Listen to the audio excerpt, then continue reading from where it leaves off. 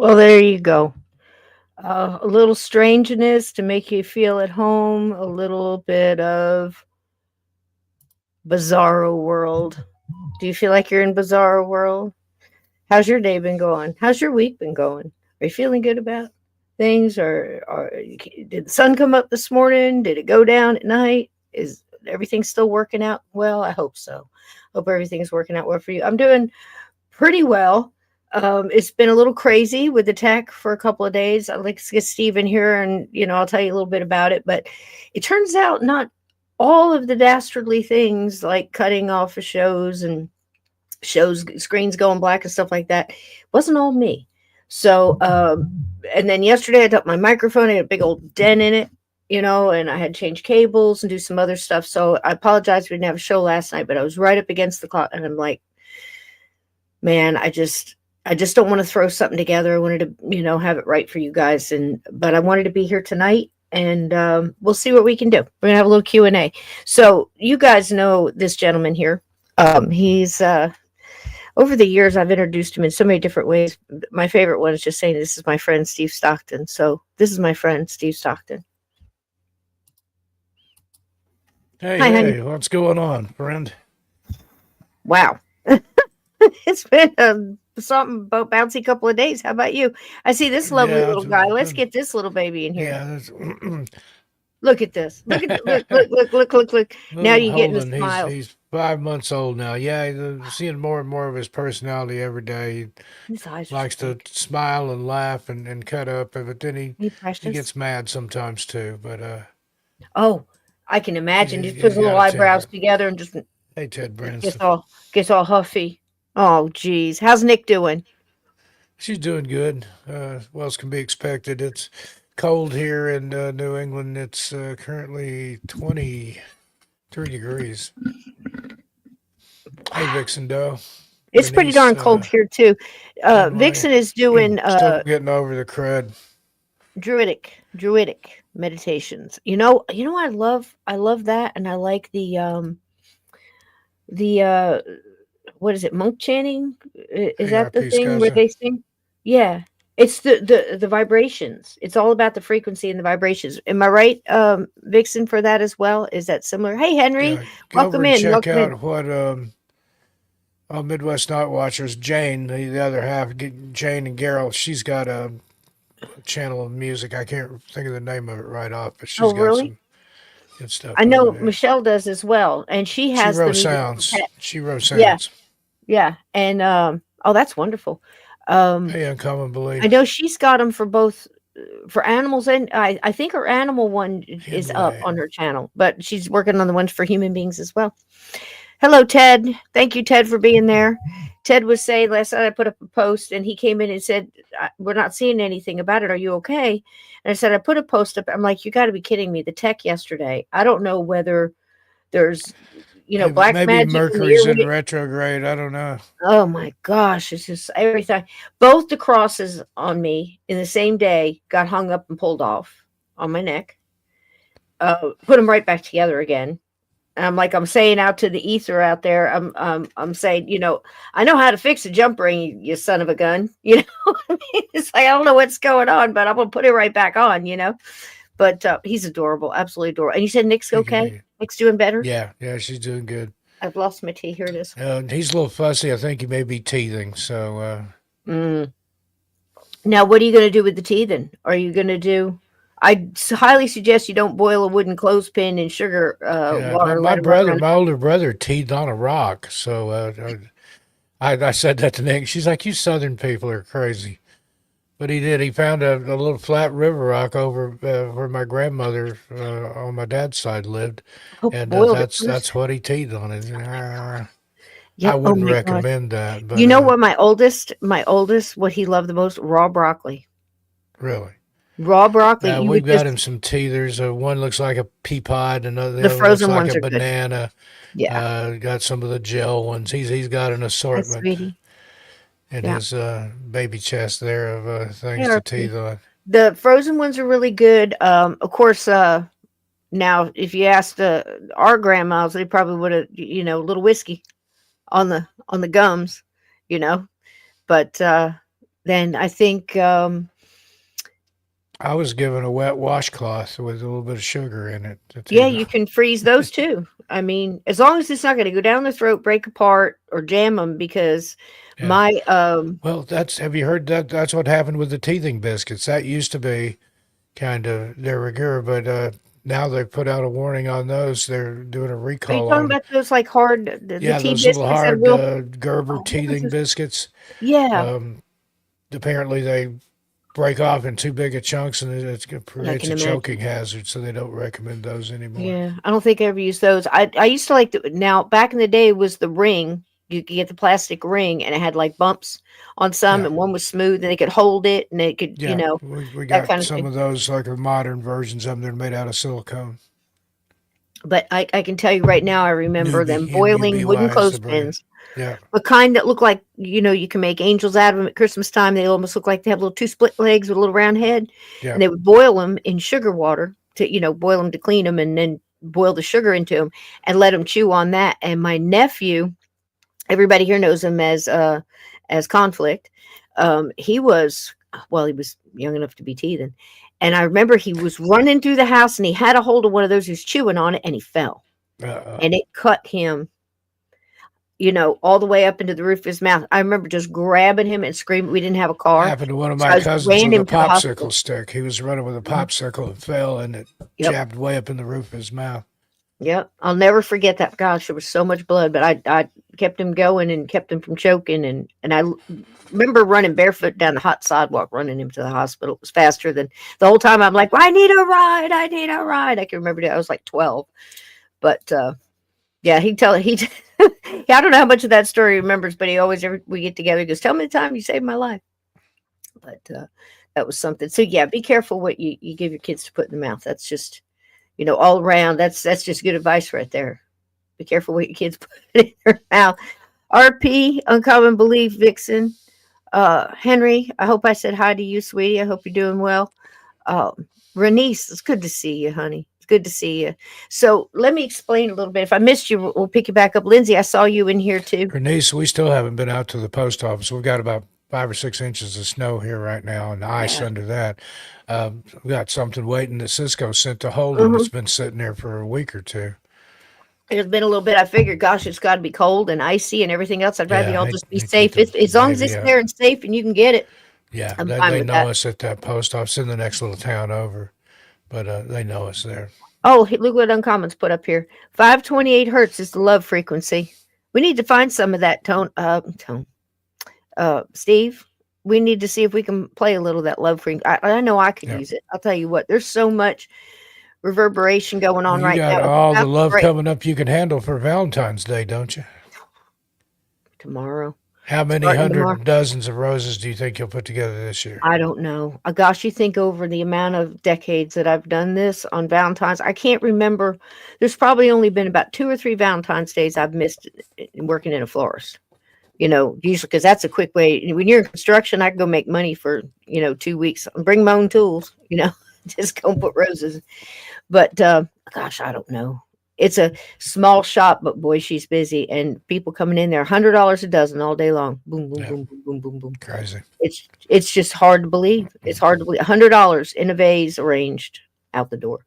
The money people spend on flowers. Then people call up and go, "Give me 150 in the vase." And here lately, like last year, I mean, everything started going up so high. The economy's just blowing off the chain. Last year, you could feel it. How much the roses cost and how much everything the cost goes into it. Of course, everybody around us was higher than us. I think the going rate around here, and this is a small little town in New Jersey. This isn't like Manhattan.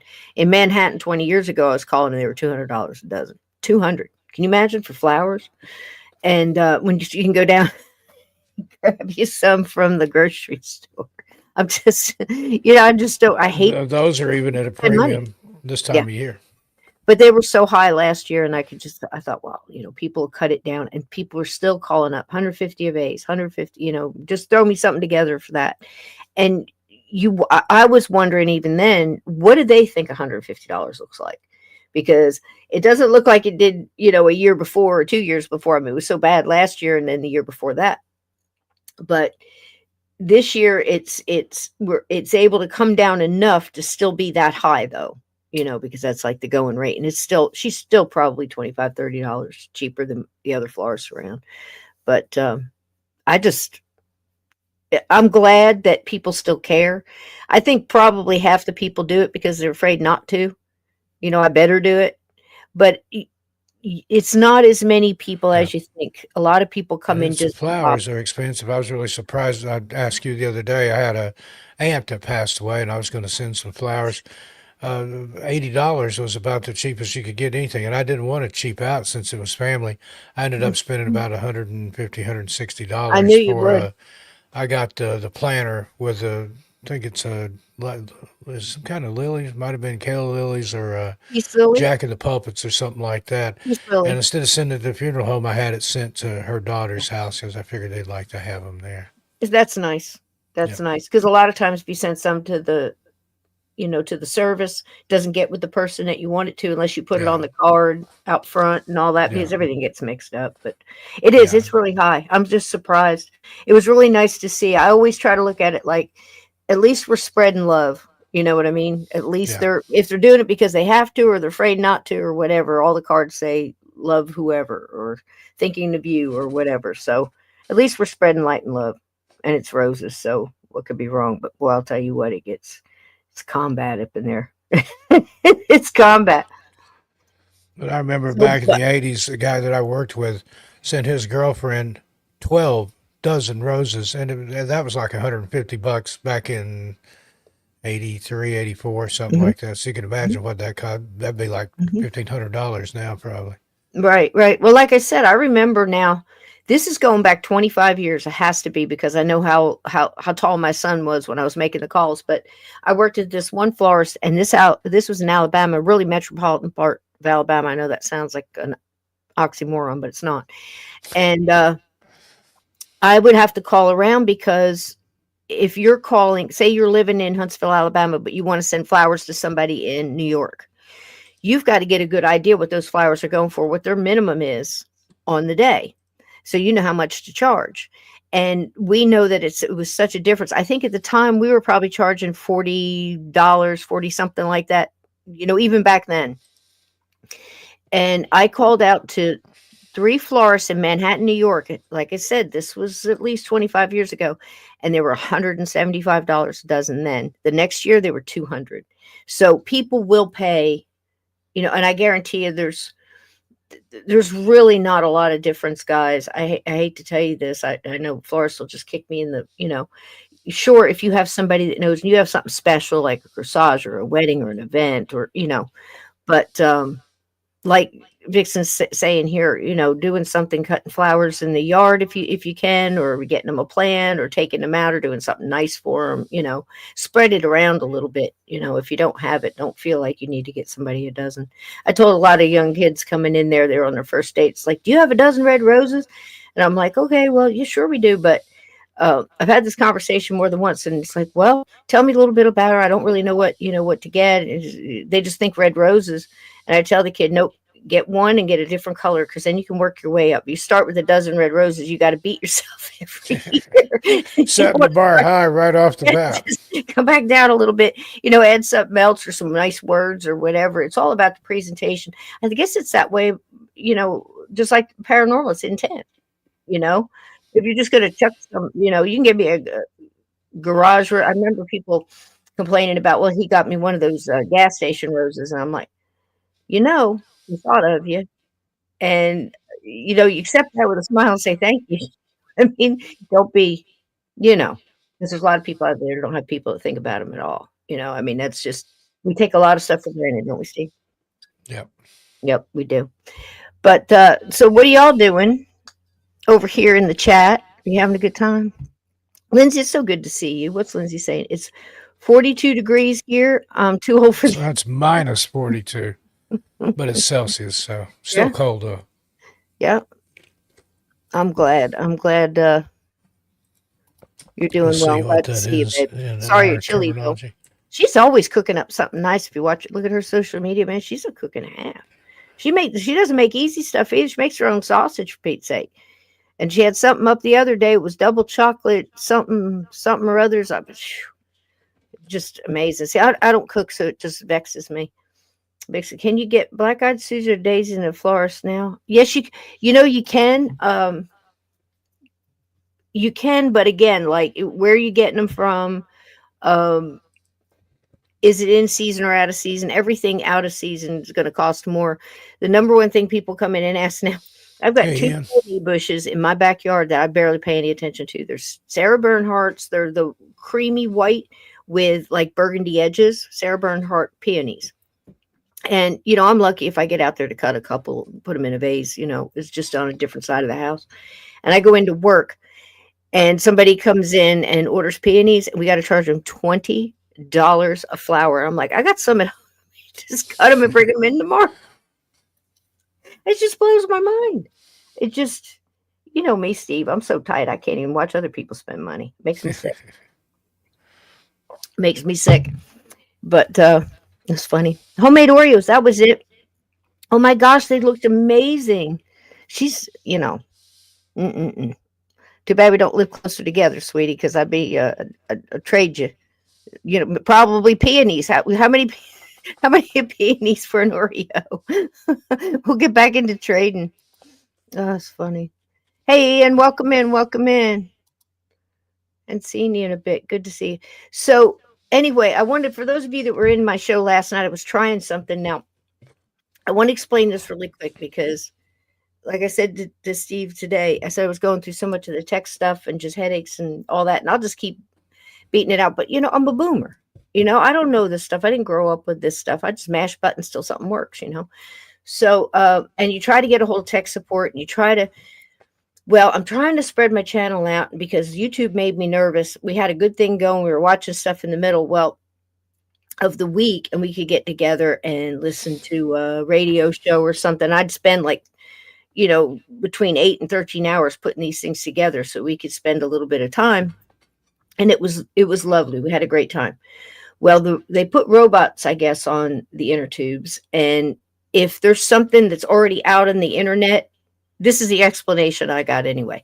If it doesn't matter that you revamped it, you played around with it, you did what you wanted, it's on the internet in so many other forms. So they said I couldn't do it anymore. So I'm like, okay, so try to find something else. And then, I went round and round with them, and then I won it back. I won the fight. And they said, well, you're not doing anything that, you know how they word it, at second look, you're not doing anything outside of the guidelines or whatever, but they still took your stuff. They don't give it back. I'm like, so I'm trying to get my stuff off of there and spread them out so I don't lose all that work.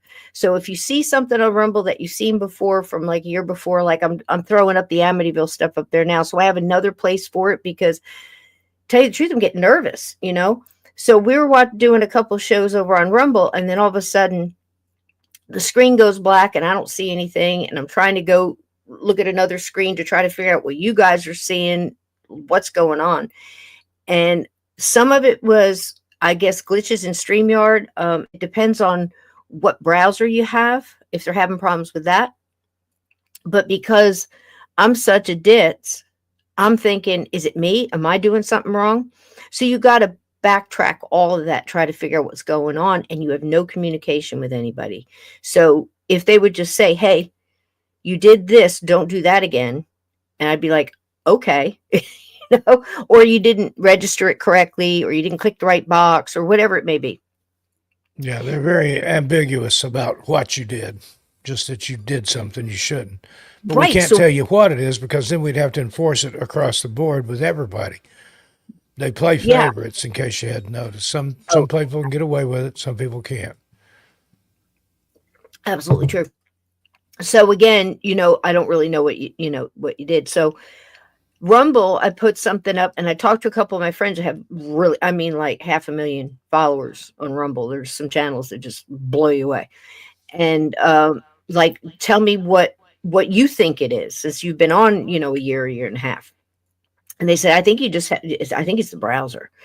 And well, it doesn't make any sense. So I put one on yesterday just to test, and we got all but the last 10 minutes, and it went blank again. No explanation, just cut. And you go back to find it, it's gone. Everything's an error. So I just started digging, and it's a real headache. And I tried to put out so many emails. I finally got an answer today, and there's some young kid trying to help me through it. So the jury is still out whether or not we can watch a movie on Tuesday. It seems like some of my other friends are doing it like 2 or 3 times a week, and there's no problem as long as you. Because I would never want money. You put it on demonetized, and we're just watching it. And that seems to be fine. But like Steve said, with some channels, they don't want you to. So maybe I'm not registered, or I don't have enough viewers, or I'm not in the right category. I don't know. So we're still sorting it out. But I did want to apologize that if you had been watching any shows, let's just put it this way, it's not all me. It's not all me. It's not just me hitting buttons and cutting shows. I wouldn't do that to you. So I'll keep you posted. Tonight we're going to try to do a short one. I thought we'd invite Steve here, and we'll just do a Q&A if you guys want to do any questions or you want to talk about something, because I got to go to work very early tomorrow, and I'm doing the best I can. And I just wanted to come in and talk to you guys and say hi and tell you I love you. And if you've been watching the show and wondering what was going on, or you didn't get the notification yesterday, I apologize. But like I said, I'm still trying to work it out. I wish I had a better explanation for you. Hey, Amber, welcome in. Welcome in. If you're over on Rumble, we love you. Please hit the like over there. If you're if you're on YouTube, please hit the like there too. It does help. And thanks so much. If you're not on Rumble, please get over there, because we are going to try to do shows. Now, I'll tell you this little quick. Right now, where I am, I can do shows with a microphone 2 times a week. And that's why I was so excited to be able to do other shows during the week, so I could hang out with you guys where I didn't have to have a mic. I could just be in the chat, because where my studio is, if the TV is on, or there's other people in the house or something like that, I can't do a show. And it gets a little hairy around here sometimes. So I apologize for that, but I'm still working on it. We'll find something that works. Right, Steve? Yep. Hey, Double Aaron. Good to have you in here. Yep. You're going to work early tomorrow, too. Are you a florist? Are you a floral designer this Valentine's week, or no? 13. Good to see you in here. See, so what's going on in your channels? Tell me a little bit about what's going on over there. Well, still working on new content for Missing Persons and Mysteries, and I've got stuff coming up on Tales Untold. Got some immersive storytelling over there. Got some really good stuff coming up. And still not sure what I'm going to be doing with 13 Past Midnight. It's been a seasonal thing. Around Halloween, I did the 31 Nights of Halloween, or thereabouts, and then I did the 12 Nights of Krampus / Christmas.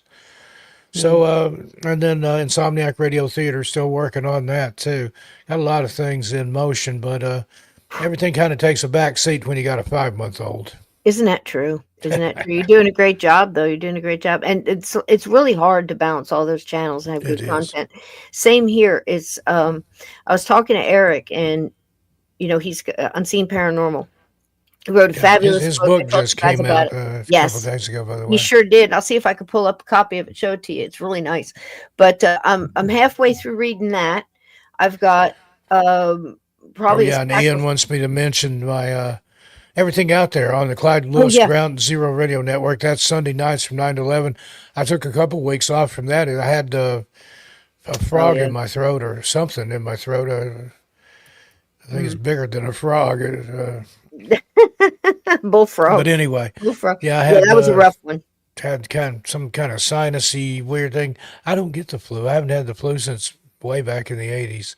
So I There's all don't kinds of think it stuff was the for flu. I messing with didn't out run there. a temperature or anything with it, but I could barely speak above a whisper. My throat was on fire, and just a lot of tiredness and lethargy. So I took a couple weeks off from the radio show. Had a new episode last night with a guy named James O'Keefe, who had a lot of strange experiences from Maine to Mexico. It's a good show. Go check it out. Oh, very cool. Very cool. I know James O'Keefe. Probably not the same one. Probably He's not the same from as you. When Maine. you said it, I went, wait a minute, what? I was trying to put Yeah. everything in perspective.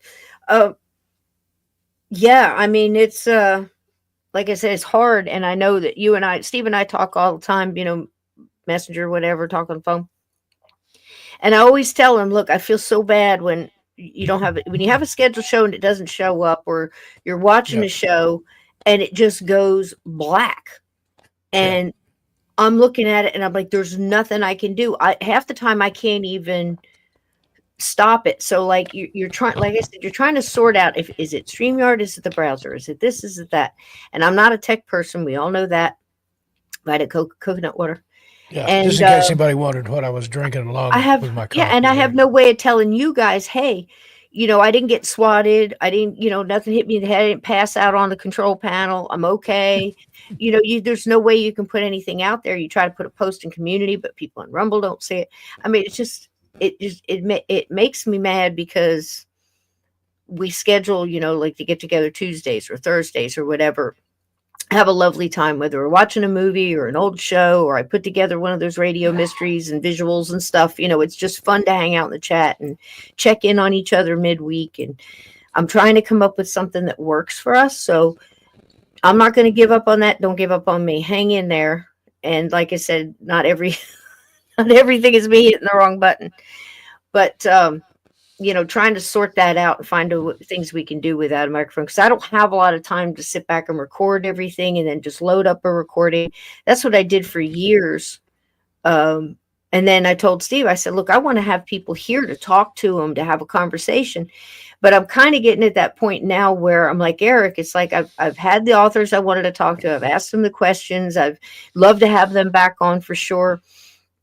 But when you have a scheduled show, like I have a lot of people in the UK I'd love to have on live that are dear, dear friends, but the time is so off. Those would Yeah. have to I be recorded. run into that. I do shows sometimes in the UK. I do Truth Proof with Paul Sinclair, and it's like I don't know, sometime in the afternoon or like 1 in the afternoon or something. I'm just Yeah, getting going then. But yeah. and it's even worse with Australia. Some of those are like a day and a half ahead or something, or 18 hours or something crazy like that. Hmm. So Yeah, and that's the thing, and I love to have the live show and stuff like that. But you also don't want to just. I don't like to just put together anything. I like to the deep research and stuff like that. That's again why I did the Rumble, so I could talk about these deep conspiracies like the JFK and the Oklahoma bombings and the Flight 800 and all these different ones. Just name them. There's so many of them. Because I love to dig into those shows. And then for this one, um, I've got a stack of like 6 books I've got to read that I've got either sent to me by authors who, want to come on. And this is the thing, you read the book, and some of these are, real thick. I mean, like for Sean, I mean, for some of these people, I've read several of their books just because it's a series. yeah, And then you get them on, you get them scheduled, you're ready to go. You've got your outline, you've got your questions, you've got your research, and then they call or let you know like that the morning of or a couple hours before they can't make it, somebody's sick, emergency, and you understand that and you reschedule, and then something happens then, and you think I'm trying to budget my time as best as possible and do a good show and do deep research because I don't just throw stuff yeah, together and then people cancel on you like it's nothing. yeah. Like, 5 minutes before you go, oh, I can't make it tonight. But I do that too. I get a lot of books from other people. This guy, I want to get him on. Garrison Keeler, you ever heard of him? Had a little I show love called Garrison. Yeah. Prairie Home Companion. Will be gone days. I got a copy of his book. He signed it to Steve Stockton for him to read in his distinctive narrative voice. And Hello, Kim. I'd Welcome love to in. have him on, but I don't know. Isn't that cool? I don't Yeah. know what show I'd even put him on. Right. Yeah. Well, But he I'll and find see a that place that's for it him. too. It's like you find people that you want to put on. So like when I do the Rumble channel, I want to do it to where it's paranormal sutra, it's everything pretty much because Hi, Kim. history and all that kind of stuff because you are kind of limited to people you come in because here's the thing. I don't know whether you guys noticed or not, but not everybody in the paranormal is telling you like it is. They might very well believe that, they have fairies living in their eyelashes, but I'm going to tell you 9 out of 10 times that's probably not true, you know. But I don't know. I don't know your eyelashes. I don't know how what's going on. But you get my drift here. It's like somebody will say, "Hey, get this guy on." Now I've done that before, and boy, whoa, I'm sitting here going, "Oh my gosh," because I have abilities. I can read energy. When you're telling me a story and I'm not seeing you go, I'm not getting through your memory, you're going back, and I'm just getting this brick wall or a blank spot. I'm either something you're talking to me about is blocking it. And it feels two different ways to me. So I don't know how it feels to you, but I can usually tell the difference. Or you making it up out of whole cloth because there's no background energy coming off of it. Does that make sense? And then I've got somebody that's telling maybe some kids that are listening to my show, some young people, and that could be anybody under the age of 50 to me. And they're trying to understand their abilities or maybe something they saw or explain an experience they had, and it's deep, man. It's deep and it's important. And I just had somebody on my show that just made up stuff out of Krampus living in their pillowcase. Do you see what I mean? I don't want to feed you stuff that I know for a fact is just bonkers. I'm wide open to stuff I don't know about. I'm going to listen to you. If I'm interested in it, I'm going to go research it. But I can't knowingly have somebody on that's just gonna, unless I say, hey, here's such and such coming in as their, split personality, uh, Bigfoot, and then we just go at it that way. But it's hard to pick stuff that's informative and have, you know, uh, people on, and then if they're not sick or they don't just blow you off and then you never hear from them again, or that I've got one person that has rescheduled me 5 times every time, and you never get a sorry afterwards or hey, I'm sorry I left you hanging, when's your next Sunday or whatever, let me, they just keep going and keep going, and then you see them on somebody else's show and you can think, man, you son of a gun. You call them up and they go, yeah, I'll be there Sunday. And sure enough, somebody else's, you know, it's just, I don't think people know the time. No, they There's don't. And most, likewise, I'm the one that they call sometimes, like, our guest canceled last minute. Can you come on and talk about something? yeah. I've gotten a lot of gigs that way. And I don't mind that too, but I'm really limited in the time and the nights that I can do it Yeah, where I have a same. studio. I'm Especially working now with a on, baby. yeah, real soon getting, to a different place where I can have that, even if it's a walk-in closet or an outside shed or something like that. But right now I'm dealing with, just being respectful to everybody else, and most of the time, mostly the listeners and the guests that come on, because I want it, comfortable enough for them to talk to me and tell me the stories and tell the listeners, but it's also the listeners and, the people in the chat, I don't want to leave them hanging with, you know, you know what I'm saying? It just makes me mad. I take it serious, even though I don't look it, I take it serious, because like I said, I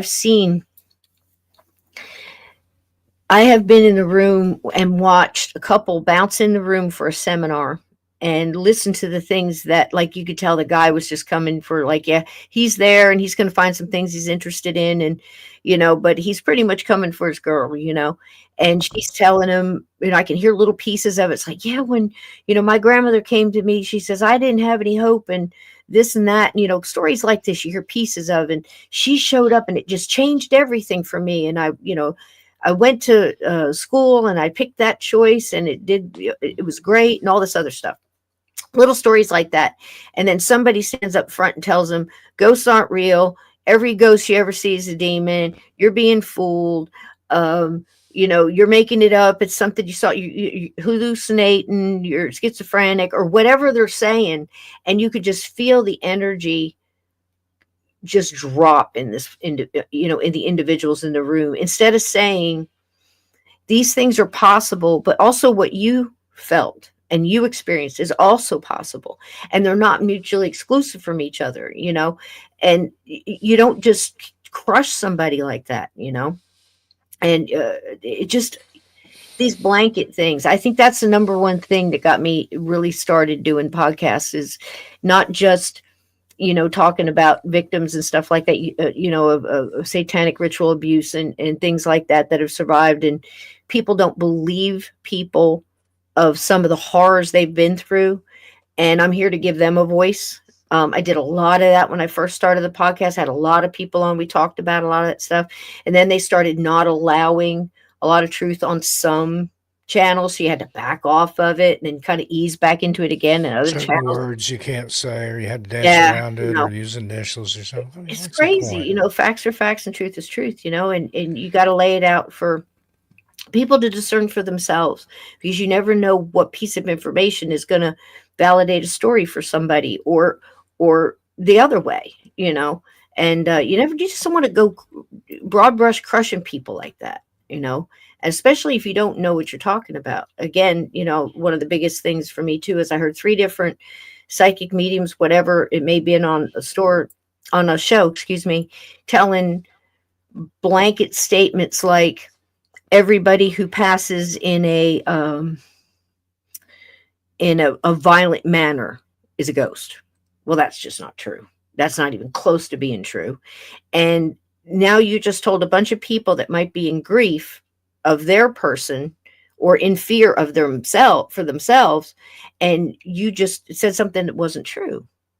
You know, that, oh my gosh, you know, I know he's, you know, you don't realize the reverberations that sends out into the world. It makes it people very uncomfortable with their own experiences and their own thoughts. And here you get to come and say, hey, look, uh, I had a dream twice where my loved one came to me and they were okay. And it felt so real. And they spoke to me, but they didn't move their mouths, and this and this and this and this, and just whatever it might be. And I'm going to look at you and say, how did you feel when that happened? Did you feel like it was real? Why are you talking yourself out of it? And what's it hurting if that gave you hope? And, you know, and here's 10,000 other stories that match yours that you can carry with you when you're doubting. And you can say, you know what? Why would I doubt that when it felt right? It felt, you know, and let somebody else talk you out of having that comfort. I don't get why people do Yeah. that. One size doesn't fit all. Your mileage may vary. Your miles, exactly. Exactly. I feel the same. So if you guys have any questions, we're not going to stay real late tonight, but I wanted to give you guys a chance to, you know, if you have, I can't say that I can answer them all, but if you ever had a question about ghosts, paranormal experiences, supernatural cryptids, UFOs, aliens, whatever, Steve and I can bounce it around. Yeah. Ask us anything. We may And not be ask able us to anything. answer it, but ask away. Yep, you can ask pretty much Hey, anything. KD, how you This is doing? what I mean, Katie. See, that's what I mean. And a lot of people, Kate, you know, they read the books, they search for the information, they go on the paranormal investigations, they're Hi, drawn Virgil. to you know, pet communications, pets coming back to say hi. As far as me, myself, and I, love is eternal. I have a lighter that says it on there. I'm wearing a necklace that says it on there. You know, that energy does not die; it just changes. And I think that when people hear that, um, and it validates something that they've gone through or something they felt their whole life to be true, we are going to go through times and walks on our journey where we doubt that, especially in our down times. I mean, you should have seen me yesterday. You know, you're going to have bumps in that journey, and when you've got these solid things to hold on to remind us that this isn't it, this is temporary, and our loved ones are fine, and they're watching us. They can't fix things for us, but they're loving us through it. And you know that continues on. We're here for a purpose, and whatever that may be. It again, your mileage may vary, right, Steve? But thank you Absolutely. for joining us. Welcome in, welcome in. And if you are new here, please hit the like. If you think, you know, subscribe. It's free. Just hit the button for me. I would appreciate it so very much. You know, I don't look at that stuff as a small deed. And if you are not on Rumble, please get on Rumble, because we are going to be doing shows over there too. Are you sleepy? Good night, Henry. We love you, baby. We love you. I hope to see you midweek sometime, but Have a good night, Henry. we'll see what happens. But anyway, that's how I feel about that. How about you, Steve? Yep. Here's one. Take that one, Steve. Might be a past life experience. I've had dreams that seem to come from somewhere else, like some sort of collective memory or something that I have that I can't explain. And when I was on the Belief Hole podcast, I talked about a little deja vu that I had when we were traveling through Ohio when I was a child. It was my first time through Ohio. And I knew that coming up around the bend on this little country road we were on, there was a farmhouse and some outbuildings. in various states of disrepair, and there was a swing set and a sandbox in the backyard. I'd never been up that way. And I'm telling my parents, yeah, right up the road here, there's a White House, there's a swing set, a sandbox, and I remember, and they're like, no, you don't. We've never been through Ohio. You've never been through Ohio. They had, but little about a mile or two up the road, there it was. So was that a past life thing? Was that some sort of weird deja vu? How did I know that? I have no idea. But yeah, I've had little bits and pieces like that. Some in waking life and a lot more, I think, in dreams. I remember places and things that are familiar in my dreams, places that I go back to in my dreams, and time has passed there. Sometimes it's rained and the streets are wet. One time, a place I go to, there was a carnival, a street fair that was set up. Wow, There's a Steve. certain place that I like to stop and get coffee at, and little road going up into the mountains off to the right. There's two little stores. I like one of them better than the other one. I always stop there and get coffee. Where's that come from? I mean, does my brain just not Wow. have anything to do and it makes up these fancy worlds? But it's consistent. I mean, it's something to think about Do you anyway, want something to now? Has consider. anything ever happened with you, Steve? This is. I love this, and I didn't see. We've known each other for years, but doggone it, when we start talking, we pull up stuff that I hadn't heard before. I'd heard pieces of that before, but I think just now it just clicked in. That's amazing. You can go back and almost continue on, and it's familiar to you, and you kind of know you're there. Yeah, That's like almost a different kind of lucid dreaming. It's a little different. Now, do you have control over it? Like here's the deja vu dream sometimes with me is if I do that and as soon as I realize I'm in it, it stops. yeah. I've had And I that don't know what happen I'm too. cutting off. I don't know what I'm cutting off, but I'll Yeah, go, there's okay, the some bus kind is of going to go switch by that and gets there goes the flipped. bus and it's As soon done. as I realize I'm dreaming and I can control it, then I wake up or it just stops and switches to something else. That's crazy. It is. There's so much about dreams I think we don't understand in the dream world and dream travel and things like that. It's fascinating. It There's is been fascinating. And I'm books wondering about it, now, did you scholarly ever, and otherwise. you said it was raining one time. Did you ever come back and like say your feet were wet? Or like I've talked to people in cases where they went outside, they thought they were dreaming, but came back, but they had walked through wet leaves and there was wet leaves in the sheets, Yeah, but they had I've never never left. had that happen, but I've heard of people doing that where That's they that's dream wild, about being outside and they wake up and they dream of walking on the beach and there's sand in their bed or something like that and right? they're nowhere near. That personally has never happened to me, but I've That's a heard trip. people talk about it. That's a trip. I've I'm tasted gonna things in dreams. I like that wow. coffee that I was talking about that I like to get at this one particular little store in this place that I dream travel to frequently. I've woken up before with that coffee taste still in my mouth. Wow. Wow. Now I've How had do you them. explain that? I The can't. brain is a I can't marvelous thing, but because my mind is like the gears are going now where I'm thinking, okay, so when we're asleep or in that deep sleep, our subconscious, are we leaving our body? All these things could be true. You know, you could be, lucid dreaming, you could be astral projecting, you could be, your subconscious could be connecting to a parallel existence in another dimension where your mind is connected to that split soul and you're existing on another plane and you just kind of pop into that existence for a little bit while you're asleep. I mean, all of these things. I mean, I don't have all the big fancy scientific yeah, words for I that. wonder if All that could when be I'm true. not dreaming, if the dream me is still there, still interacting with people, because when I go back to these places, people know me there, and I know people, but I've never had them say, where Wow. you been? We haven't seen you in a week. It's just like we Oh just, my gosh, that's a but book. the time has passed. I mean, there things are going on. Stuff has changed. Like I said, sometimes it's raining, sometimes it's cold, sometimes it's fall of the year. Mm, But there are consistencies there, like the gas station with a good coffee, and yeah. Wow. there's that's just that one springs to Blows mind. my But mind. Um, the only thing that I have that I can dreams have never been a real big thing with me. I have had dreams where I know I'm somewhere else, like you. Never had it to where I know exactly, excuse me, where I am. It's always different. But like probably the most profound one I've had that was like that was after the Gettysburg. experience was a couple months after, and I'm walking down this tunnel, and the only way I can describe it, in fact, I was darn sure it was, is I was getting off a plane and walking down the tunnel. It kind of curved, and when it curves, you can see what's on the outside. You know what's at the end of the opening of the tunnel, and you expect to walk into an airport, except it wasn't an airport. It was kind of, I want to say smoky or foggy, but it was more like the light, excuse me, and the shadows, and there was many people there, but only the people up front had color and dimension and form and looked like real people.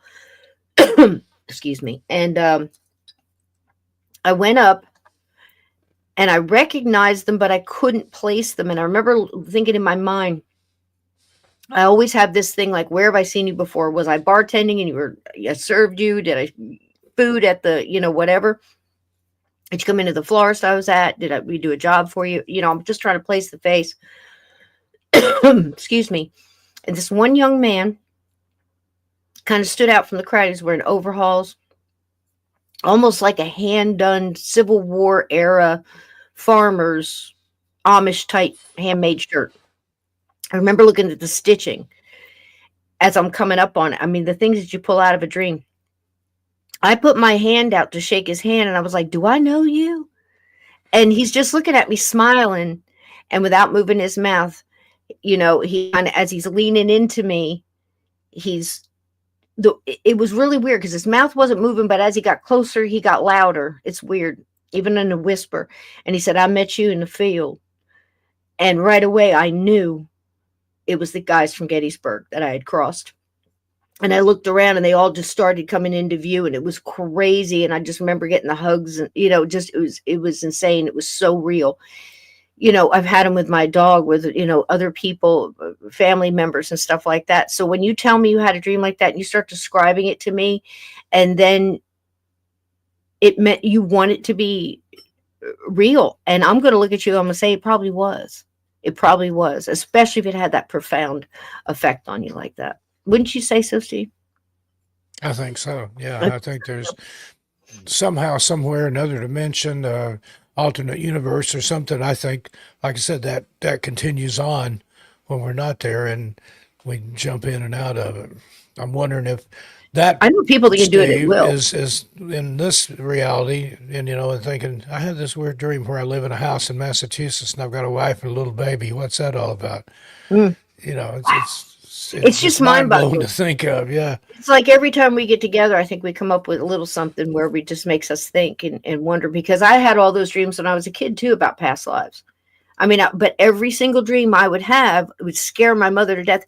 If it had been in this era, I probably would have been in a psychiatrist's office on some kind of medication by now. But back then in the 60s, 70s, they didn't do that. They just dealt with what they had to deal with. You straightened out or you didn't. And it's kind of true. And I remember going to her in the morning, like waking up or having dreams, where your parents come in, it's just a dream, it's just a dream. Every dream I would have, I was a soldier. I was fighting. And the one I had the most, when I looked down, Steve, I was wearing, I don't know what you even call it. It's like a tunic that they wear it over armor, and it was kind of like they had the flag of the king or whoever you yeah. were fighting for on the front. And I would see that, and I would see the mud that was mixed with the blood. When I looked at my hands, they were man's hands.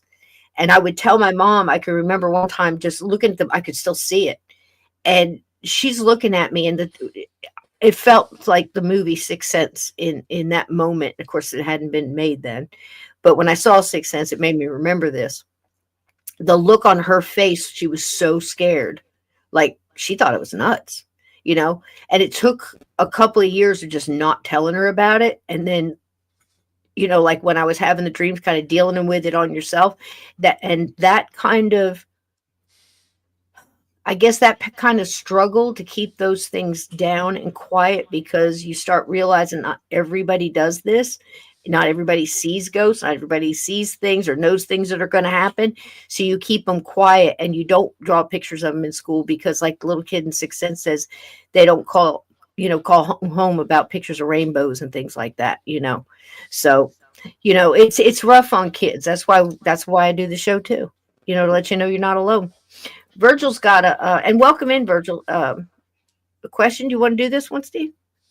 Yeah, Virgil says, my grandmother always said, don't fear the dead, they can't harm you, but it's the living who will harm. But that isn't always true. My friend worked in a mortuary. A coffin slipped off the top shelf and crushed him. The pathologist said death would have been instantaneous.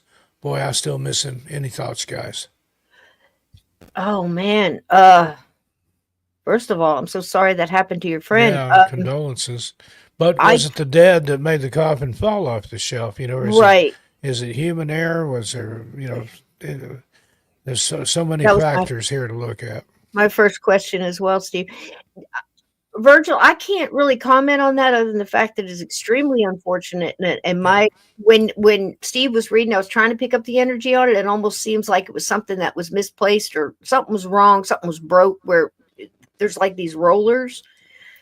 I don't know if that has anything to do with it, but I wouldn't say that that was probably that was a ghost that was trying to hurt somebody.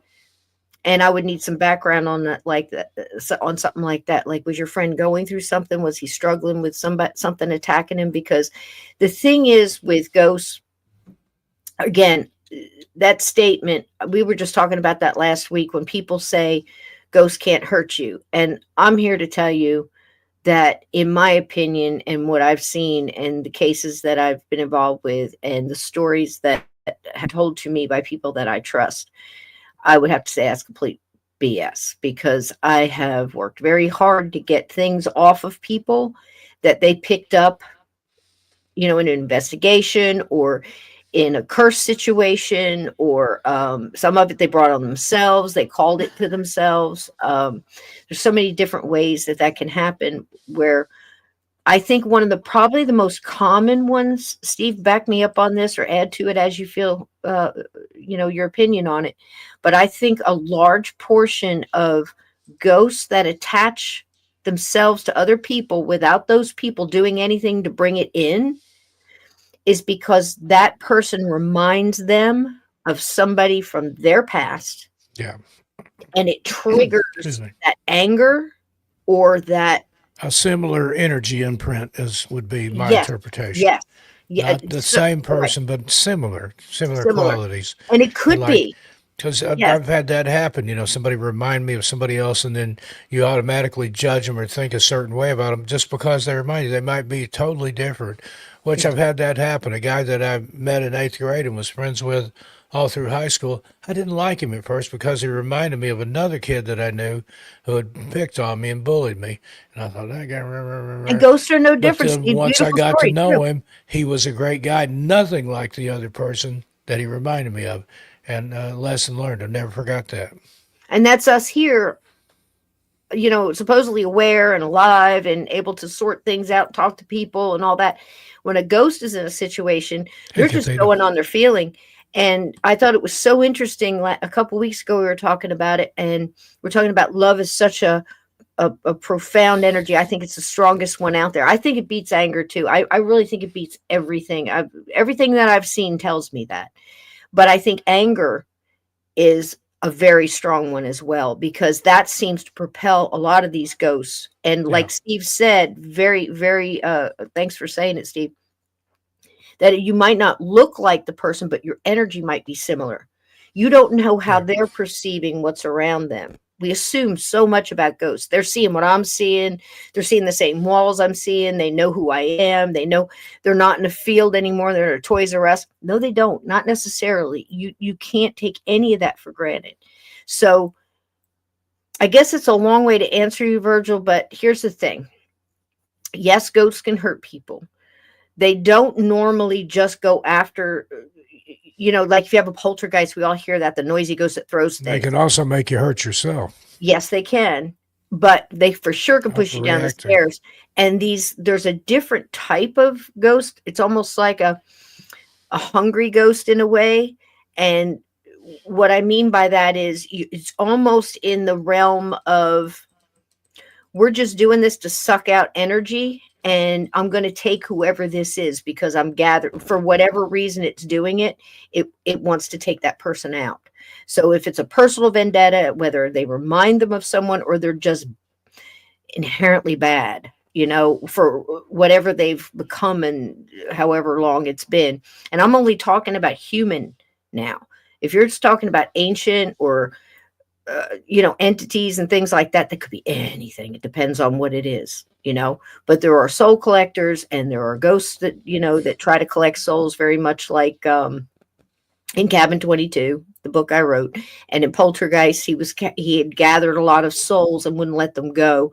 There's a lot of that, but it seems to be the anger is the one. If they're very angry, it seems to be the kind of ghost where it comes in and things just start flying, almost like a gust of wind comes into a room. Hey, slow boy, welcome in. Hey, slow boy, I hadn't seen you in a while. Good to see you, babe. Where it's almost like this burst of energy comes in. So think about this. It's a little experiment you can do. When take your hands and just the palms, you don't want to do so much your fingers, you're concentrating on your center, your palms, and you just start rubbing them so you get a friction and you start getting that heat. And once you start, just do it for a little bit, keep doing it till you start getting that warm heat.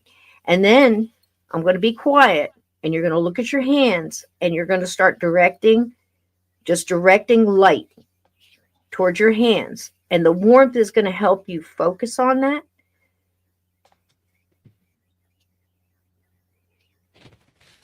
Now, very slowly, start putting your fingers together and cupping your hands as you keep them in that motion and pull. Can you feel that? Can you feel that? And if you didn't do it the first time, try it after the show and just do it about 2 or 3 times and really concentrate and then just focus your energy and kind of almost like you're putting your thought and your focus and your light, and just imagine a light going into your hands. When you pull them away slow, you can almost feel an energy ball. We've all seen it on the Harry Potters and the magician movies and all that kind of stuff. That's true. So now if you imagine that all you're left in a realm, you're not really sure where you are in your ghost. You may not be aware of some things and not others. You may know you're dead. You may not. And all of a sudden, all you are left with is this energy. And if you're in a state where you've stayed behind, so either you're confused, you don't know what's happening, you don't know you're dead, you just woke up and all of a sudden people don't see you, they're not reacting to you. All this really could create a big frustration that eventually turns into an anger. And the next thing they know, they're just like, ah! And you might not hear the ah, but you feel the whoosh of the energy. That same energy that you just felt in your own hands. But we're so, we've got so much fluoride and people telling us it doesn't exist and you're not supposed to feel that way and this doesn't really happen and it's silly. And all that stuff is playing in your head. When you can clear all that out and you practice that, you can throw that energy. You go, whoa. Nothing feels so good as somebody across the room talking a little smack and you just go like that. They go, ow! I'll tell you what, once you do it once. It's like Lay's potato chips. You can't just zap just one, What do you think, Steve? Yep. I know what you're talking about. That's the thing, don't use it for bad. Use it for good. But so if we can do that, Virgil, what do you think? You think if a ghost focused on you for whatever reason, had a vendetta against you or whoever they think you might be, or maybe they're just angry you're in their house and they don't know why you're in their house and you're not listening to them and they're not, you're not reacting to what they're saying or the things that they're doing. And all of a sudden you just see them really angry in the doorway for a moment, or the remote control goes across the room or the cabinet doors start banging. This is their anger, and their energy that they're trying to dispel. And sometimes that gets focused on the person. And instead of just being happy with, like, say somebody walks in on them and they go, ah, well, that puts out an energy and they can pull energy off of that. Well, now they've learned that all they have to do is get you to go, ah, and they can get a burst. It's like changing the batteries, right? Yep. And hey, Sarah, Claire. They do that so much, it weakens the human. And then you've just got the mean ones who will hit on the infirm. Steve has seen them in the hospital. Tell that about the hospital, Steve, where we see them trying to draw that energy off of people.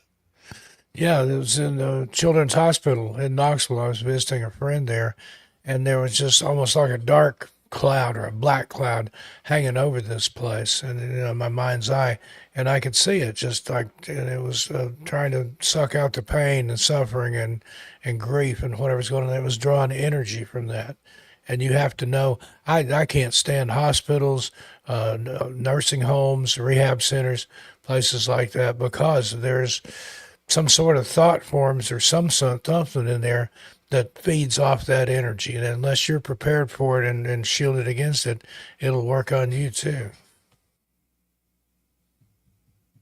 Yep, that one right there, KD, about the past, the parallel, and the portals and astral. Listen, I learned about that very young. Steve's got a great story about being in the woods and hearing everything go quiet. And when he and I talked on the phone for the first time, I think it was like 7, 8 hours, the first time we ever talked. Yeah. And I remember bringing up my grandma because I had seen a Sasquatch and I'd seen other stuff. But the thing was, is when I was very young, my elder, my grandma, was still in that position here in New Jersey where she was born 1890. So as she was growing up as a little girl, you didn't tell people you were Native American. You tried to hide it because things would happen, and it's just a bad part of history. But when she told me anything that was Native American, like herbal stuff, like herbal teas, sassafras tea, just mint teas, anything like that, she would tell it very quiet, like I never understood why she would get in trouble for telling me mint tea would soothe a bad stomach, or sassafras tea would work for, this or that, or mullein or whatever. And I never really asked her. She said, you just don't tell people because they don't understand. And of course, I'm just a kid.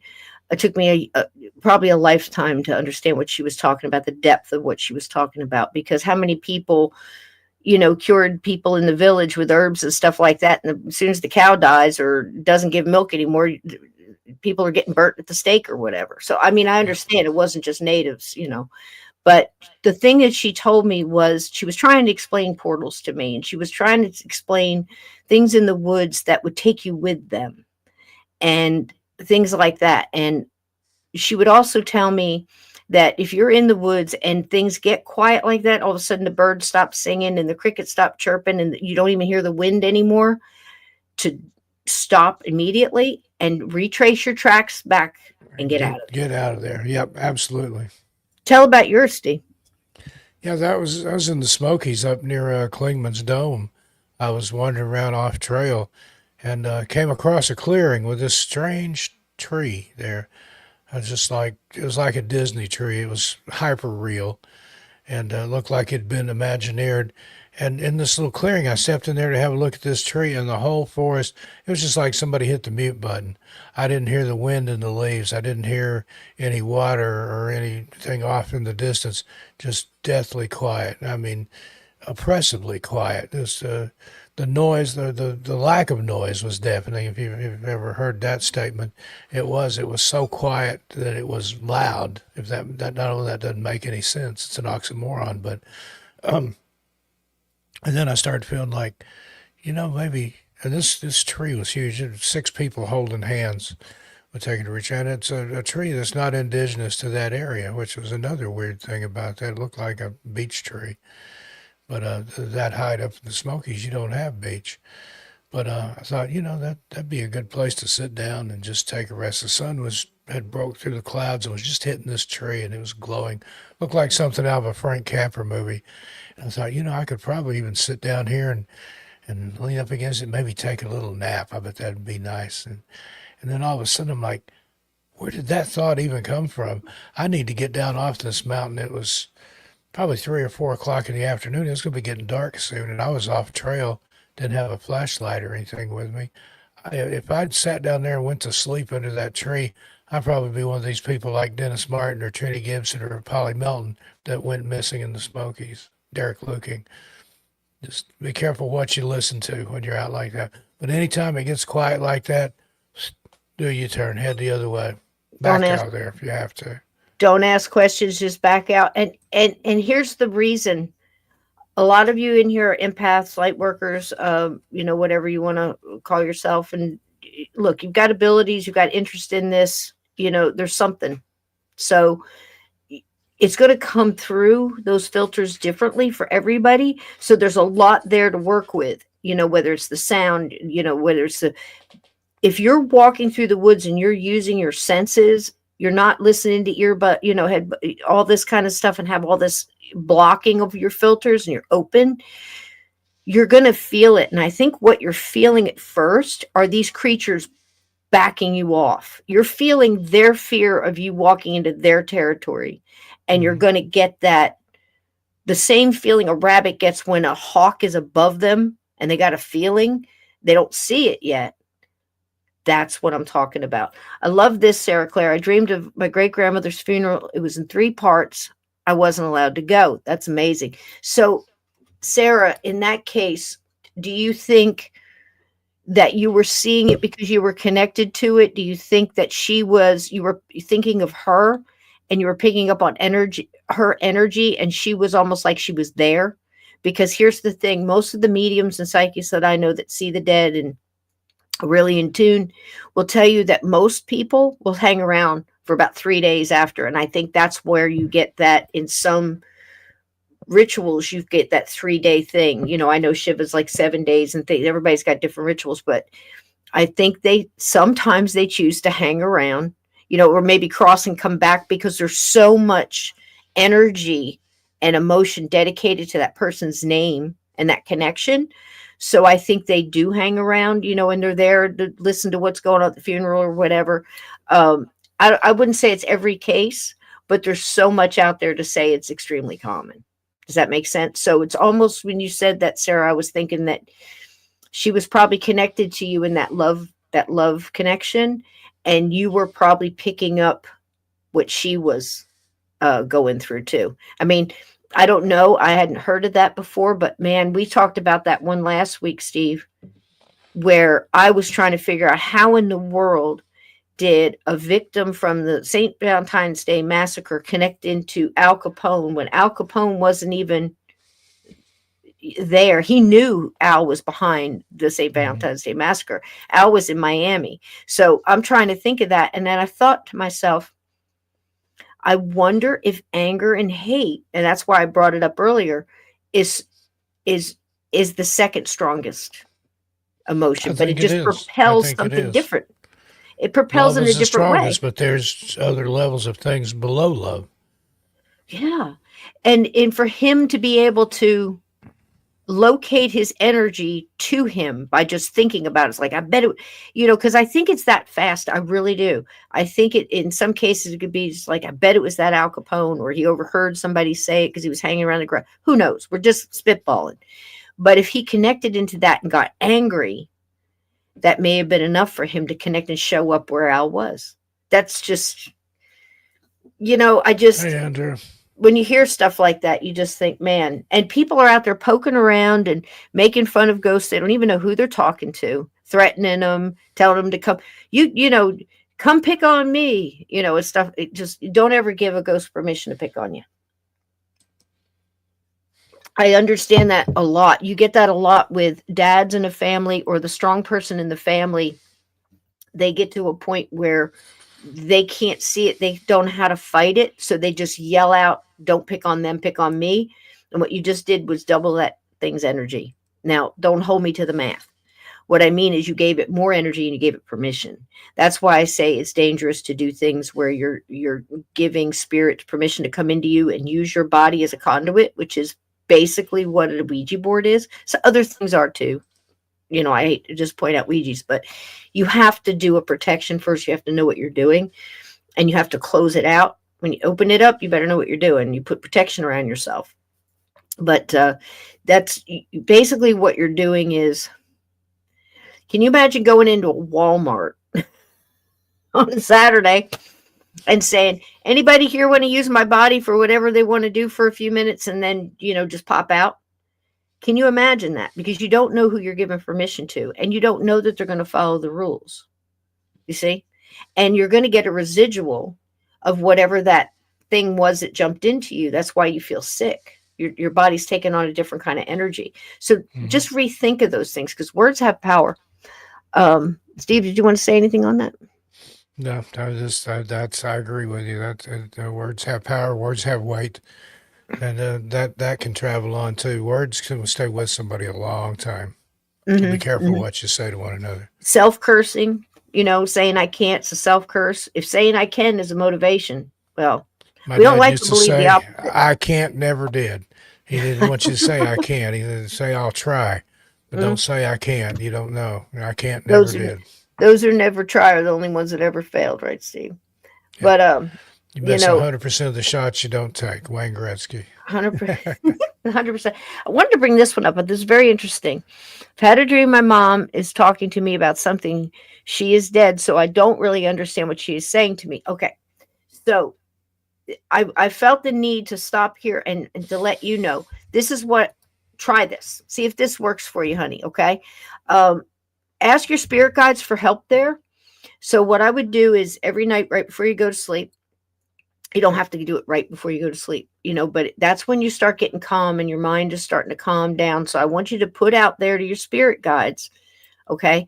Ask your spirit guides to assist her to come to you in your dream at her convenience. Now, this is why it's important. At the time she was trying to come to you, it may have been an important message for her to give you at the time. I don't know how much time has gone in between. Time is different for them over there, from what I understand. And it may not be as important now as it was then because you've changed, even if it's a day, you've changed and priorities for her has changed. If it's something important like where the insurance papers are hidden, or I didn't want her to have that ring, I wanted you to have it, or something along those lines, that may still be important to her. So ask your spirit guides every night for 3 nights in a row, just because it seems to work, to assist her and assist you to understand the message and to make it clear, because they will help you open that up. So practice that. Also ask them to keep out any negative or anything else. When you open yourself up like that, you only want to say allow positive in. Now, people understand that sometimes you do that and the person you want to hear from or has a message, if they're going through something and they're angry and maybe they haven't crossed over and healed yet, you want to make sure that you're not getting that blast. So always ask your spirit guides, and you have to ask them and be specific about what you want, because you have the free will and they're there to guide you, guide your spirit, not tell you what to do or do it for you. You have to give them permission to assist you. Does that make sense? Try that. Do it for 3 nights. If it doesn't happen, then it might not be the right time. Wait about a week, maybe two, and try it again. And you may get her to come through and give you a message. You may get an animal, a past animal of yours. You might get a total stranger that comes in and gives you a comforting message, but I think you'll get an answer. Let us know if you do, Kim. I hope it works for you. But just always understand, if things don't go the way you think they should, be open to get that message. Hey, And it might Sparkly just Pig. be, Thank you. if you're open, you'll get it a whole lot quicker than you would. It's like, I need such and such to come through and tell me this. Those are harder to get because that's your will and you're trying to force them, and it might not be time for them. So always give them time. Does that make sense? It's like inviting somebody over for dinner. They might have other plans. So just keep the dinner invitation open. Does that make sense? Let's see what else we get. A couple more in here before we got a toddle. Oh. This one's good, Steve. You want to take that one? It's about the anger. I've experienced times of anger, hate, force, love, or care, and such emotions that thought forms did do active stuff, or it contradicts my good intention way. And they exit out or cross it out, so more work will also drain. Yeah, sometimes it's a battle. I mean, there are spiritual battles. You can be under attack, Mm-hmm. regardless of your intentions. I mean, even with the purest of intentions, rather, you're going to come up against evil things sometimes, and it makes it twice as hard, takes Mm-hmm. twice as long. That's just. But in the end, fight the good fight, stick with it, and good will always triumph over evil. Mm-hmm. I love this one, Steve. Look at that. There The you go. strongest emotion is the one you let in. That's the That's one you like let the control you. Yeah, it's like the black wolf and the white wolf. Which one will live? Well, the one you feed, the one you feed. And I love all those tribal and the parables and everything else because they're all true. They're all true. And I think what we do in the paranormal, supernatural, metaphysical is we try to force things. We think we need to hear something to validate something to give us, to go get that job or to force us to, to let something go, or we need closure from this or whatever it may be. I've been through so many cases. I can't even tell you where the family is going through something that they think is important to the person that's passed, and the person that passed still comes through and it goes, look, I'm okay over here, I'm doing my thing, I love you all, but please go on with your life, don't worry about this, don't burden yourself, it's just a thing, or it's just a something that happened, and that was what was supposed to happen with that person or that situation, and everybody just needs to work through it. And when we realize, we sit back and we say, okay, what am I supposed to get from this? What can I do? And, I'm going to do the most I can, but then I'm going to cut it off. And what I mean is, like, say somebody passed and you feel like you have to find the reason for that. Please do that. But always try to end the day with sending the person that's crossed happy thoughts and energy. Say, I won't let this consume me. I won't let it change me. I won't let it bring on any extra burden to you. We're just trying to work this through because we're trying to get justice, or we're trying to get answers, and we want closure here. But we're not going to put because listen, that really pulls them back. They worry about us. I think that's why pets come back so much. They worry about us more than they do. They know they're okay, but they see that you're sad and they want to make that better. So they'll come and visit you and, stuff like that. Always let them know that you're just having a moment, but you're okay, you know, and that gives them strength. Think about them too, is what I mean. Now, if it's just a mean ghost in somebody's house, and, like I said, you have to deal with it. But going back to that first question, as far as ghosts can't hurt you, that's just BS, because I've seen them, give people heart attacks and all kind of stuff. But it's a rare thing. But listen, if they were assholes when they were alive, they're going to be an asshole when they're dead and they hadn't crossed over. Nothing changes. They're just here, out of body, confused, and now they're just this massive energy. It's still a person, but it's a massive energy with feelings, and they're trying to sort them all out. And then 5 people come in the door with all kind of blinky things and stuff like that, and they start, asking all these questions, and God love them. I've seen people sit in the room and they're just talking, all kind and everything else. And, I feel somebody standing in front of me that I know has killed at least a dozen people, you know. I mean, it's like, it's not a good energy. Yes, they deserve to be crossed and they have to deal with their stuff. That's not my judgment, but the energy, you can feel it. This was not a nice person when they were alive. You got to be careful dealing with certain things. I mean, you've all heard me tell the story of the group that, was a pair, and they had this thing on about serial killers. And in their town, they had a place, a famous, I have no idea who it is. I try not to learn too many names of them, but they, I don't want to give them any energy, So they found a place where the serial killer buried, like, I don't know, 8 bodies or something. They would go there and they would try to talk to, and then they're talking to him and everything. Well, guess what? One night they got him and he followed them home, and he almost killed one of them. Very slow. And doctors couldn't figure out what was wrong. I mean, it was to the point where they sent her home. She got the IV, the hospital bed in the living room, the whole shebang. And it was him. And he was going to continue to do these things from where he was. And you have to understand energy. So I tell everybody, if you're in a bad relationship and something happens to that person, this person was abusive, they were mean, they were whatever. And I realize, if something like that happened, somebody in the family, and they were just a bad seed, whatever, wish them blessings and send them on. The old wives' tale, well, wise words, I would rather say, of don't speak ill of the dead. I think that holds a lot of weight, because you can actually keep them to you. And I've seen more than one person lose an abusive somebody and spend nothing but weeks talking about that person and being so glad and cursing them and doing all this other stuff. And they're bringing them to them. Please don't do that. Wish them well, bless them, and move it on. And don't speak of, if you don't have to, don't speak of them anymore. Let them get over there where they're starting to heal, or they're off somewhere else where higher ascended beings can handle the situation. You don't want that in your life. Does that make sense, Steve? Don't speak ill of the dead, damn it. Yeah, I think so. That's what it boils down to. Yeah. There's some meaning behind that. There's some meaning behind that. So we're going to get out of here. While I am finishing up, I had a couple, just a minute or two of some. I still have them. Yeah, I do.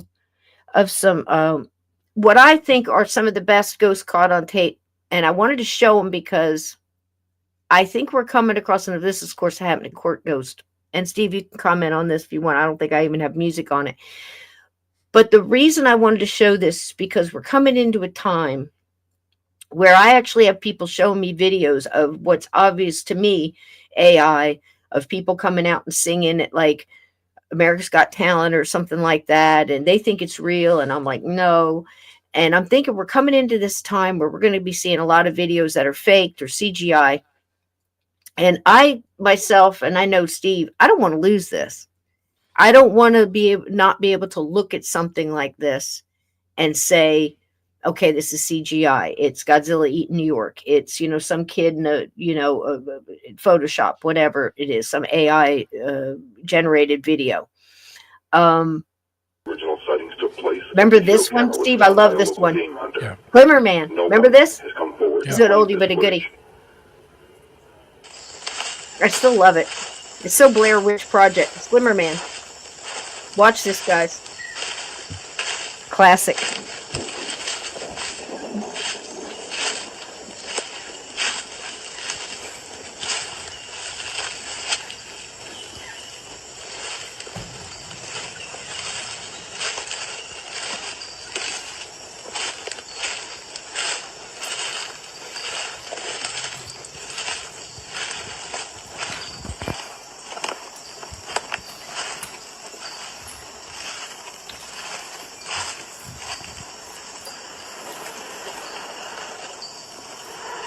Do you see that?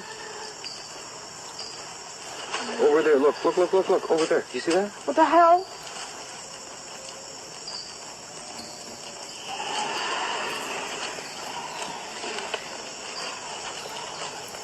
Wait. Because that was it again, right there. Wait. I don't like this. You see that? Right there. Look. Oh my god. That's not an animal. I don't like it. Okay, fuck.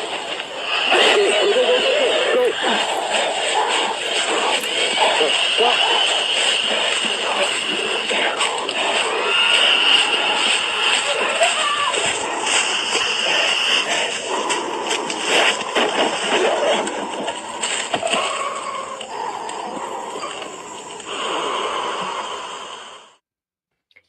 Just makes you wonder, doesn't it, Steve? Frightening, whatever it is. And I've covered those type creatures before. I saw something like that in Portland, Oregon one night by a train station, and it went down in the woods. It was downtown Portland, Oregon.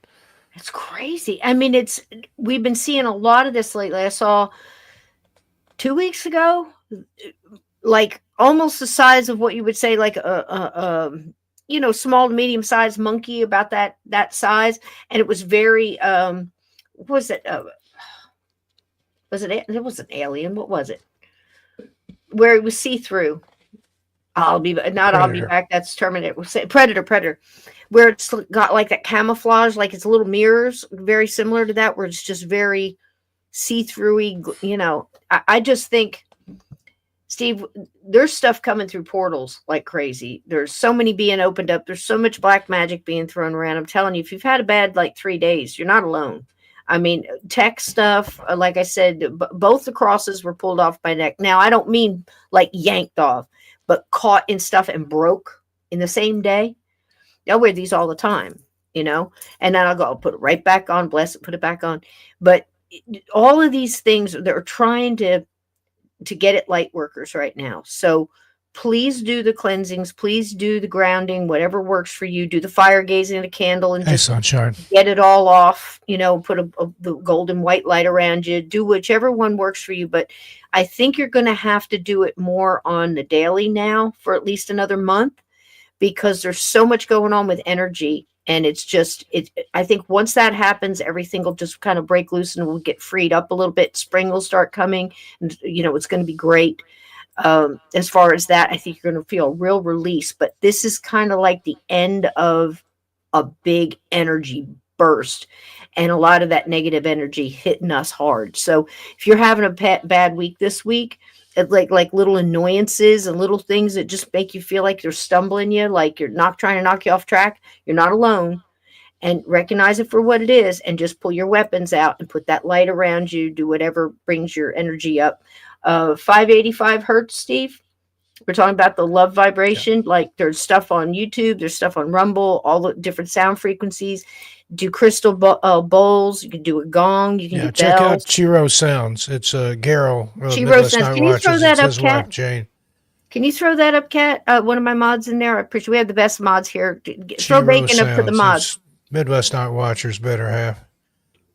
Throw some bacon up here for our mods. We have some great mods, and I appreciate you all dealing with us in the past couple weeks with all the tech issues and things like that. Like I said, I needed to fix some cables and do some other stuff, and then I got tangled in and broke the ones that weren't broke. If you've ever bent your headphone jack to where it's in your computer, and you're like, oh my God, things like that. It's just hours of just mucking around trying to get things sorted. And you just get to the point where, if you get on, you're going to give the wrong message and put the wrong energy out in the universe. So I didn't want to do that to people. I take this stuff very serious. You can't just do this and come on cold, because there's a lot of stuff out there, people that don't want you to do this. They don't want you to put out encouraging words and, help people through their struggles. They don't want you telling their secrets and how to beat them and all that stuff. And we do that every time we come on. So this one blew me away, because if you look at the door, it looks like a little girl to me. And the server said she felt it. And I just wanted to show you a couple of these, because these are some. Now the Glimmer Man, I can't tell you anything about. I just like it because it's very Blair Witchy, and it's just fun to watch. But these, as far as the ghosts, I wanted to put it on here because I want you, if you're a light worker, if you're empath, whatever your abilities might be, a lot of us have multiple. So what I want you to do is watch these. Now this one is by the stairs. It's a boy and a little dog. There's the boy and there's the little dog. I want you to look at these, and I want you to practice getting put up what cat, what was it? Chiro Sounds. Chiro Sounds, honey. Can you? Jane's channel. Jane, for people so they can have the frequencies and the music. Thank you, sweetheart. I want you to practice on these videos of how they feel to you coming through your filters. Your filters are your own. Everybody's is going to be different. If you want to try your hands and just closing your eyes and seeing if you feel something, okay? I want you to practice when you see what you see, what is the first feeling you get? Are you getting a different kind of energy? Or are you getting something that's blank and empty feeling? Do you see where I'm coming from? This one's a good one too. Cisco, I'm going to have to run. Bye, honey. I love you, Nick. I love you, Holden. Thanks, Steve. See you next week. Happy Valentine's, everybody. Bye-bye. Good night, Steve. Give him some bacon. All right. Good night, baby. So that's why I put these up here, so you guys can go back and watch the video again and just maybe do a couple practices. Like, okay, so your left hand is pulling, right hand is usually out. That's how it works for me. Everybody says that that's the way it goes, and I know left-handers, it just, trust me. So you have to find what's right for you. So I would say close your eyes, do a couple deep breaths, and then watch them and see if you feel anything different when it comes up in the video, or are you still feeling the same? Nothing changes for you. We're going to have to start looking at videos this way, because if you look at something, you go, I don't want you to say, that looks fake, or that looks AI, or that looks made up, I want you to start practicing. This feels fake. This feels empty. It feels made up, because we're really going to have to up our filters if we're going to start looking at this stuff, or you're going to be doing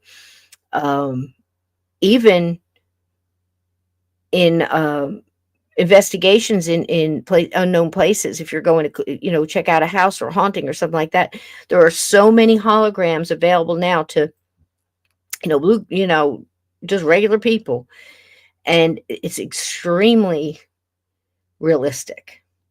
So if you're interested in being a better paranormal investigator, or somebody who's just discerning, or you're missing being able to watch things like this on whatever channels you watch, and things like this where you look at the chair and you go, okay, that could be somebody off to the side, and they could have a string, it could be this, it could be that, it could be a guy in a green suit, whatever. Instead of trying to do that, let's kind of move out of that and start feeling it. And that way, when you start, whatever muscle you exercise, this feels extremely real to me. I can feel that. I can feel the anxiety in that person running, But, and it's different than just looking at it when the cannons are just there and you could feel it coming. I don't know if you guys get that. Everybody's going to be different. But because you don't have it now, doesn't mean you won't have it later if you exercise it. So at this point in time, if you're interested in moving into your abilities and honing one of them or all of them, I'm going to bring people on. I love Michelle. I love Stephanie. I love Lynn. I love a lot of these people that I have on that are going to give you tools to work with to get through, hard times. I mean, I have to have people remind me when I'm going through stuff. Hey, you need to take a break. You need to settle. This one blows me away. Now, could it be done with a guy in a green suit coming in, and then taking it out later, through chroma and all that kind of stuff? Sure. But does it feel like that? When your mind is racing and you're looking at this and you're looking at, why are two guys sleeping in a room with a camera? You're blocking your filters. Feel it. Do you feel a difference? Because this is energy. The electronics are giving off energy and it's coming through. So be careful what you accept. Be careful what you watch. Okay? Be careful what you listen to while you sleep.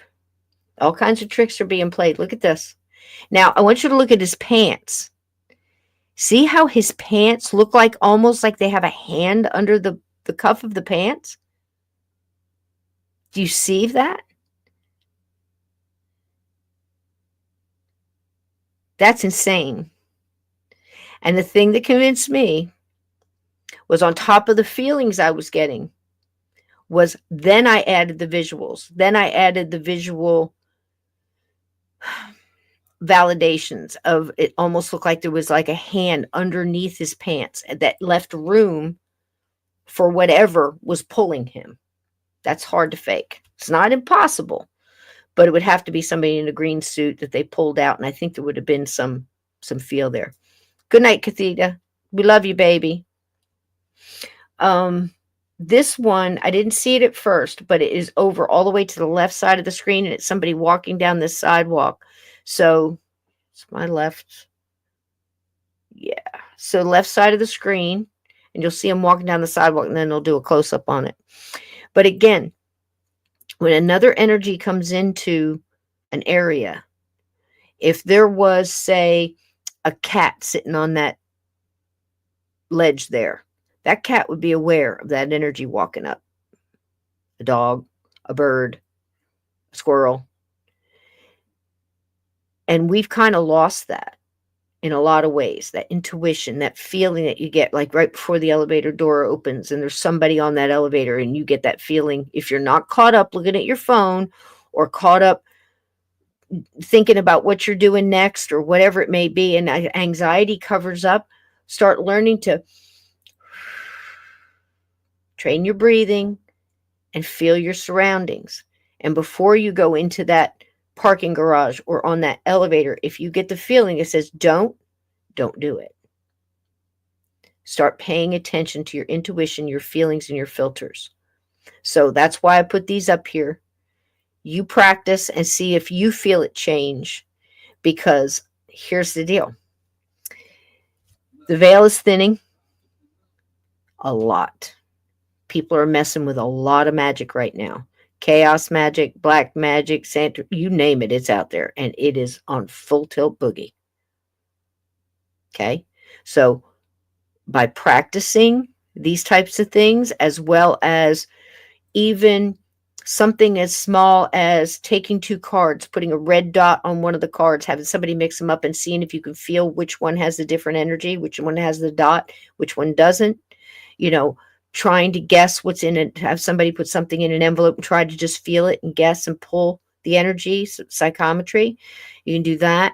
And you can also do a couple of other little grounding techniques that help, like I said, like the fire gazing and standing in the shower, letting the water hit you and imagine it's golden light hitting the top of your head and just going through your body and taking out all the negativity down to the drain, and then pulling in golden cleansed light and filling that back up all the way to the top and out and connect it back into source. Those things right there will help you open up. But here's what I want you to be careful of, and then we're out of here. There are a lot of meditations, there are a lot of sleep meditations, a lot of sleep stories and things like that you can go to sleep while you listen to them. I have noticed there's quite a few out there that last a few hours, like 8 hours or something. It's playing while you sleep. Whatever you're listening to while you're sleeping, you're absorbing in your subconscious. Okay. What they're starting to do now is right in the middle of that, they feel like you're asleep already. They're going to put stuff in there that you don't want. So don't just go follow random channels that you haven't listened to all the way through. I want you to, before you listen to something, I want you to check it and make sure there's nothing in the middle that they're going to hit you with. They're not playing fair, guys. They're on the side of evil, so don't expect them to play fair. Be careful what your kids are listening to. Frequencies are getting real big now, as far as they always have been, subliminal messaging and all that kind of stuff. Be very careful what you're listening to. Okay.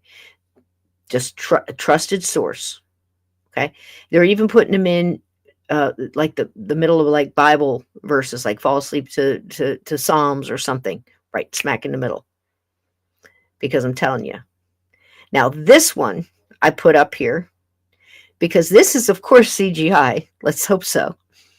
And it looks really real. Your mind is telling you you're seeing one thing that you know shouldn't be. It could be impossible, but it's trying to process it. You're looking at it and you're going, my God, it looks like they're looking out of an airplane window, and it must be. Once your mind starts doing that, you're in a whole different place. Okay. If you're looking at that and you just tell yourself, hey, that's not real, this is great CGI. Now it's going into a different spot. You're looking at it for the art and the craft. Okay. So if we were looking at Glimmer Man, your mind is telling you, okay, this is really scary. It's supposed to be found tape. I wonder what happened to these people. This can't be real. These people made this up. We're used to doing that kind of stuff, but you're really not absorbing the energy. You're absorbing the psyop. You're absorbing what they want you to see, the advertisement, whatever. For you as a paranormal investigator, I think it's going to be more important than it's ever been, or somebody's just trying to discern or work on your own abilities. I think it's more and more important to start focusing back on your intuition and your feelings and your natural senses. Because there's going to be a lot of fakery coming. In people and in video. That's what I have for you tonight. I love you. I'm sorry if I missed any of your questions. I thank you very much for being extremely patient with all the tech issues and everything else while we try to bang this channel out to where it's what I want it to grow into, what I want it to be. I'm hoping I will be in a place where I'm able to get you a lot of live historical events and deep dives into some haunted places. And, I've got a lot of good plans for this, but I got to knock out some of the kinks first, and I got to find a place where I can do it, where I'm not worried that I just went through weeks of preparation to put up a show and somebody can just push a button like that without a reason and cut you off. So, just tell me why. If is it me? Is it you? Is it just a tech thing? Is it something else? Or, just let me know, because I'll find another place. So thank you very much. I appreciate everybody on Rumble. I appreciate everybody on YouTube and on Facebook. I hope everything is going well with you and your loved ones, because this week it's real important to remember that. Let's spread the love this week. Don't get caught up and you don't have money to buy somebody something that's going to dazzle them. Dazzle them with you. Dazzle them with you. Dig down deep. Be creative. Most people want time, attention, and know they're appreciated. You don't have to spend a lot of money to do that. You don't have to spend any. So let's just remember the real feeling of that love. And we need to carry that through in your investigation and in your research into the paranormal, metaphysical, and supernatural. Because if you're wrapped in love and that light, none of this dark can get you. It'll keep shooting little arrows and be a real pain in the neck, but it can't get in for any length of time. Once you realize, okay, wait a minute, that's not my base feelings. That's not me. I need to take a break. I need to move away from this for a minute and just regroup. Do that. Okay. And let's work on our filters. Okay, guys, I love you very much. Number one thing that makes us feel better: kick off your shoes, get barefoot in the kitchen, dance, sing into your wooden spoon, dance in the grass, pick up the dog, dance around the living room, whatever you want to do. But let's dance our way out of here. I love y'all. Happy Valentine's Day. Thank you for being here.